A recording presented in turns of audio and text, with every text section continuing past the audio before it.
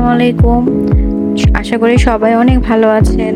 আপনাদের দোয়ায় আমরাও অনেক ভালো আছি। আজকে আমার বাবার বাড়ি থেকে লিচু এনেছি এবং লিচুগুলো এনেই দেখে মন চাচ্ছে নতুন কিছু একটা করতে।